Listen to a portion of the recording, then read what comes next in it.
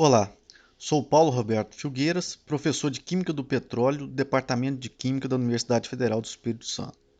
Estamos no curso Introdução à Ciência do Petróleo. Hoje nós vamos ver uma aula do módulo 1, História, Composição e Classificação do Petróleo. Hoje veremos a aula Plataformas de Petróleo. Então, a extração de petróleo ela pode ser de forma onshore, ou seja, em terra, ou offshore, ou seja, fora da terra, então em lagos ou mar. Aqui está um exemplo de um sistema de recuperação de petróleo onshore, que é chamado de cavalo de pau. Então, em terra, quando o poço é perfurado, o petróleo pode jorrar, né, espontaneamente até a superfície em razão da alta pressão no reservatório, devido à própria energia existente dentro do reservatório. Então, a depender das condições do reservatório, essa energia é suficiente para que os fluidos ali contidos vá para que os fluidos ali contidos eles caminhem até a superfície. Então, quando a pressão reduz, é necessário o uso de equipamento para bombear o petróleo, né, do poço produtor até a superfície. Com relação à produção offshore, ou seja, em lagos ou principalmente em região costeira, então, as plataformas utilizadas elas podem ser de quatro tipos. Então, dessas plataformas offshore, elas podem ser do tipo fixa. Essas fixas nós temos as submersível ou as autoelevável e as flutuantes. Essas flutuantes eu posso ter a semi-submersível ou o navio sonda. Então, a plataforma fixa submersível, ela tem sido as preferidas nos campos localizados à lâmina d'água de até 200 metros, ou seja, raso, a lâmina d'água raso.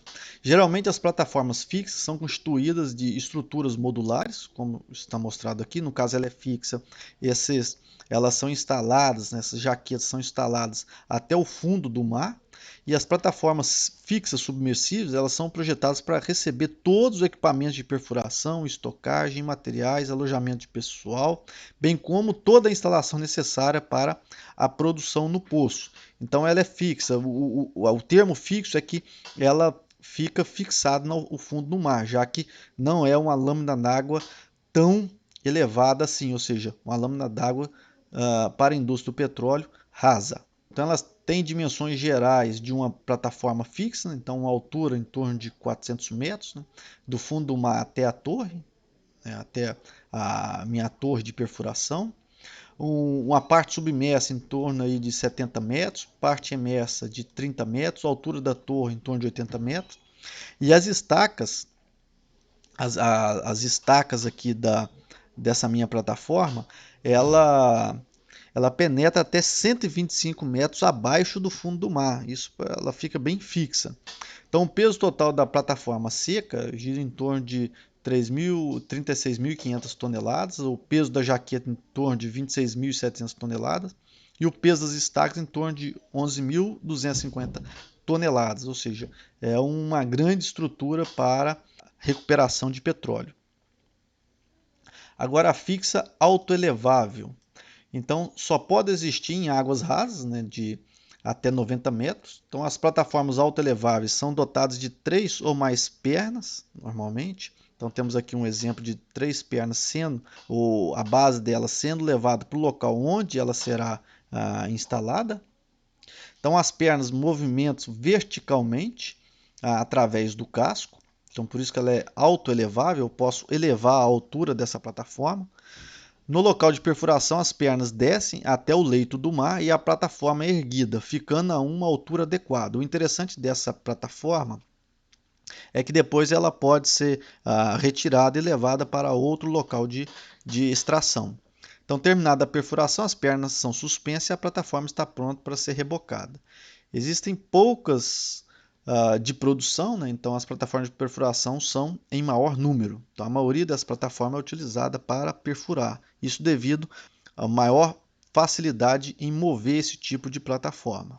Isso também porque além dela, uma vez instalada, ela fica bem fixa, ou seja, ela não se movimenta muito com as ondas na região onde ela está instalada. Agora, a flutuante semi-submersível. Então, ela é composta de estruturas de um ou mais convés. é mostrado aqui, devido à ação das ondas, correntes e ventos, com possibilidade de danificar os equipamentos a serem descidos no poço. Por isso, torna-se necessário que ela fique posicionada na superfície do mar, dentro de um círculo com um raio de tolerância ditado pelos equipamentos de superfície. Então, tem um exemplo aqui da posição dessa plataforma semi-submersível no mar, e aqui todos os cabos, né, os risers, até os poços de produção. Então ela fica aqui, existe todo um sistema de propulsão aqui e de bombas para manter essa plataforma o mais fixa possível. Então, dois tipos de sistemas são responsáveis pelo posicionamento da unidade flutuante. Então, o sistema de ancoragem, né? Posso ter uma âncora até o fundo até o leito marinho, ou o sistema de posicionamento dinâmico. Então, o sistema de ancoragem é constituído em torno de 8 a 12 âncoras e cabos ou correntes atuando como molas que produzem esforços capazes de restaurar a posição original da plataforma flutuante. Então, ali por ações de ventos e principalmente pelas ondas, isso pode fazer com que a plataforma se movimente em alguns lados e essas âncoras tentem a voltar a plataforma para sua posição original. No sistema de posicionamento dinâmico, não existe ligação física da plataforma com o fundo do mar, exceto os equipamentos de perfuração. Ocorre então que sensores acústicos determinam a deriva, né, e os propulsores nos cascos acionam por computador, restaurando a posição da plataforma. Então, na medida que a plataforma ela é modificada a sua posição através de alguma ação de ventos ou onda, motores são acionados e voltam essa plataforma para a posição original que ela estava. Uma última, que é a plataforma flutuante navio-sonda. O navio-sonda ele é equipado com um sistema de posicionamento dinâmico e tem capacidade para perfurar poços de até 6.000 metros. Então, esse aqui é muito interessante porque, por ser um navio, após a perfuração, todos os tubos são erguidos novamente e o navio vai para outra região, né, outro possível campo produtor para fazer novas perfurações. Então, o navio sonda vem desde 1990 realizando serviços de perfuração e manutenção de poços para a Petrobras e alguns dos principais campos da bacia de Campos, como Marlim e Albacora. Estes também apresentam uma das melhores performances operacionais dentro dos navios atualmente em atividade no Brasil. Essas plataformas também elas fazem o chamado offload. Um outro tipo de navio é o chamado FPSO, né? Floating Production, Storage and Offload. Então é uma unidade flutuante de produção, armazenamento e deslocamento de petróleo. Ou seja, então ela, além de produzir, ela faz o armazenamento e também o descarte do petróleo. Isso normalmente tem um navio aliviador ou também um petroleiro, ou seja, ele alivia toda aquela produção de petróleo e gás natural no convés de um navio petroleiro. Então, um exemplo desse aqui é o FSO Cidade de Macaé. Então, a perfuração ela é um processo que pode ocorrer em terra, onshore, ou em mar, offshore. É um processo contínuo até que a profundidade programada seja alcançada. A perfuração usa uma torre metálica ou mastro. Então está um exemplo aqui, nessa torre metálica ou mastro, de 30 a 40 metros de altura. Então, além de equipamentos auxiliares, então bomba, coluna de tubo, comandos e tanques. Ou seja, eu utilizo todo esse sistema para ir colocando esses tubos, montando o meu poço. A torre ou mastro, como está mostrado aqui, tem a finalidade de sustentar a tubulação vertical, cuja extremidade é colocada na broca de perfuração, que perfurará as rochas da superfície até o meu sistema de poço, até o sistema programado. Isso por rotação e peso. Então, tanto a rotação da broca quanto o peso que é submetido a essa broca, ela vai perfurando até chegar na altura programada. Então, no sistema de perfuração de petróleo, é utilizado alguns fluidos para esse fluido é utilizado, né, o fluido de perfuração é utilizado para evitar o desmoronamento do poço. Isso porque na medida em que eu vou perfurando, a pressão também ali vai aumentando. Então, se eu perfuro em algum ponto, as paredes externas ali da região perfurada, aumenta a pressão, podendo fazer com que no local que foi perfurado ele se desmorone. Então, para isso é utilizado fluidos ou lama de perfuração para aumentar a pressão naquela região. Além disso, o fluido de perfuração ele tem outras funções, como além de sustentar, né, a parede do poço, evitando desmoronamento. Então, tem aqui um exemplo, né, de um tubo e aqui a bloca. E na medida em que vai sendo perfurado, aqui vai sendo jogado o fluido de perfuração próximo da broca. Também ela carreia, ela eleva os cascalhos perfurados pela broca. Então, está o exemplo dos cascalhos que vão sendo perfurados. Ela mantém o sólido em suspensão durante a ausência do bombeio, né, do próprio bombeio do fluido de perfuração. Ela previne a hidratação de formações reativas, previne danos à formação produtora, lubrifica a minha broca e também a grande função de resfriar a broca, uma vez que ela vai estar aumentando sua temperatura de forma drástica, uma vez que ela vai estar tendo um atrito muito grande com a rocha que ela está perfurando. As propriedades do fluido de perfuração são propriedades físicas, então ela precisa ter densidade, com caso a densidade. Os limites de variação de densidade dos fluidos para perfurar uma determinada fase são definidos pela pressão dos poros e a pressão de fratura da formação exposta, ou seja, vai depender do poço, ou seja, das rochas do poço onde eu vou estar cortando, perfurando até chegar no meu poço produtor. Parâmetros do relógio, então considera-se que o fluido segue um modelo relógio cujos parâmetros vão influir no cálculo de perda de carga da tubulação e velocidade de transporte dos cascalhos. Ou seja, se eu colocar um fluido muito viscoso, ele vai ser muito bom para prevenir ali o derramamento do poço, ou seja, a queda do poço dentro da região que foi perfurada. No entanto, se eu colocar um fluido com baixa viscosidade, ele vai ter a menor ação nesse caso, mas ele vai ter outras ações importantes, como ele vai carrear os cascalhos que vão sendo perfurados de forma mais eficiente. Então é necessário utilizar um fluido que abrange essas duas propriedades. Outra propriedade são as forças géis. Então, alguns fluidos de perfuração adquirem um estado semi-rígido quando estão em repouso e voltam a adquirir um estado de fluidez quando estão novamente em movimento. Então, essa força gel é um parâmetro de natureza reológica que indica o grau de gelificação devido à interação elétrica entre as partículas dispersas.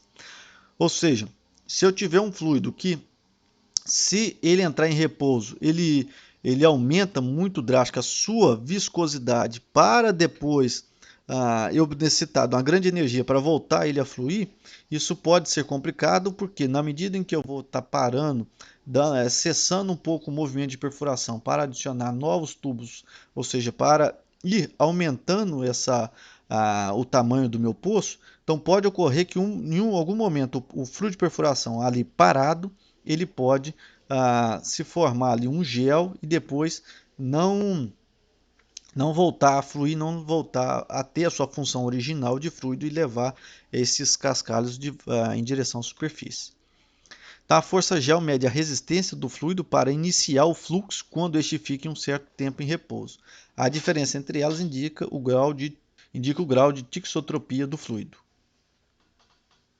As propriedades físicas. Também temos os parâmetros de filtração, capacidade do fluido em formar uma camada de partícula sólida úmida, denominada reboco, sobre as paredes permeáveis exposta pela broca, ou seja, formar um reboco ali para evitar até mesmo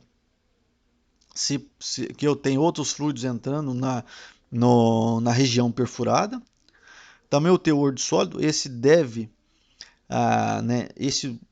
fluido deve ter um teor que deve ser mantido o mínimo possível. Isso porque o fluido ele é reutilizável durante a produção. Então ele é injetado, após injetado ele volta à superfície com cascalhos e mais outros, a água e outros meios ali que eu vou estar perfurando na rocha.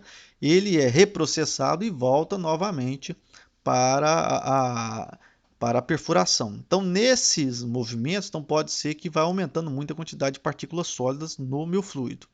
O pH também é importante, então medido a partir de papéis indicadores ou potenciômetro, mantido normalmente entre 7 e 10. O objetivo principal do pH é reduzir a taxa de corrosão dos equipamentos e evitar a dispersão das formações argilosas. Também a alcalinidade determina a concentração de carbonatos e bicarbonatos dissolvidos nos fluidos, além dos íons hidroxila dissolvidos e não dissolvidos. A depender do local que for perfurado, é interessante verificar essa alcalinidade, principalmente imagina poços do pré-sal, onde vai estar cortando uma grande camada de sal.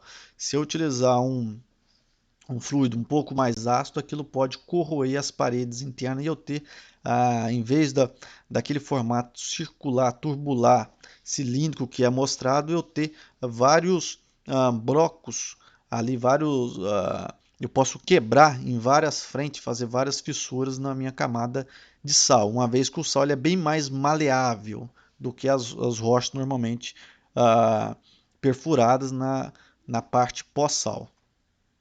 Teor de cloretos ou salinidade, então são resultados utilizados para indicar o teor salino da água de preparo do fluido, controlar a salinidade de fluidos inibidores com sal, identificar influxo de água salgada e identificar a perfuração de uma rocha ou domo salino. Então, isso aqui é interessante principalmente para a perfuração em poços do pré-sal. Teor de bentonita ou de sólidos ativos. Então, utiliza-se o teste de azul de metileno, então MPT. Este mede a capacidade de troca de íons das argilas com os sólidos ativos presentes no meu fluido. Então, aqui temos um certo diagrama com esses fluidos. Então, os fluidos de perfuração dividem em 3 grandes grupos. Então, os fluidos à base de emulsão, a base de água e a base de ar. Então, isso aqui é utilizado para poços de petróleo, esse fluido à base de emulsão. O fluido à base de água são utilizados para poços de água e sedimento. Então, eu vou ter aqui um alto teor de sólidos, medidos pela bentonita e também aditivos, e aqui com baixo teor de sólidos. Então, eu tenho os fluidos não inibidores e os fluidos inibidores. Os não inibidores para furar a areia e os inibidores para furar regiões de argila. Então aqui eu tenho a água, né, a utilização de águas viscosificantes e também águas, tem a utilização aqui de água viscosificante e aditivos. E aqui água, viscosificantes, inibidores e aditivos, isso para os fluidos inibidores. E esse fluido à base de ar utilizado para poços de água em rocha. No caso, isso tudo que é utilizado, pode né, ser utilizado na indústria do petróleo, porque eu posso perfurar um poço ou retirar até mesmo a água do mar para injetar, mas é lógico que ela é tratada, para injetar em poços injetores para manter a energia do meu poço, no caso do meu reservatório de petróleo. Sobre os poços de produção, então os poços perfurados recebem uma numeração especial para a sua finalidade, o local e a região onde são perfurados e se são em terra ou em mar. Os poços podem ser classificados como o poço pioneiro, que é o primeiro poço perfurado na área, o poço estratigráfico, então perfurado para melhorar o conhecimento da subsuperfície, no qual se encontra a jazida. O poço de extensão determina o tamanho da jazida encontrado, o tamanho da minha bacia de petróleo. Poço pioneiro adjacente, perfurado próximo ao primeiro poço da área. E os poços de produção, então são um poço perfurado para a jazida mais rasa do reservatório. Às vezes ele é perfurado também para a jazida mais profunda, para ter uma dimensão do tamanho do reservatório. Temos o poço de desenvolvimento, né, perfurado para desenvolver o campo de petróleo. Poço de injeção, que é destinado a injetar fluidos no reservatório para estimular a produção, ou seja, para manter a energia interna do meu reservatório.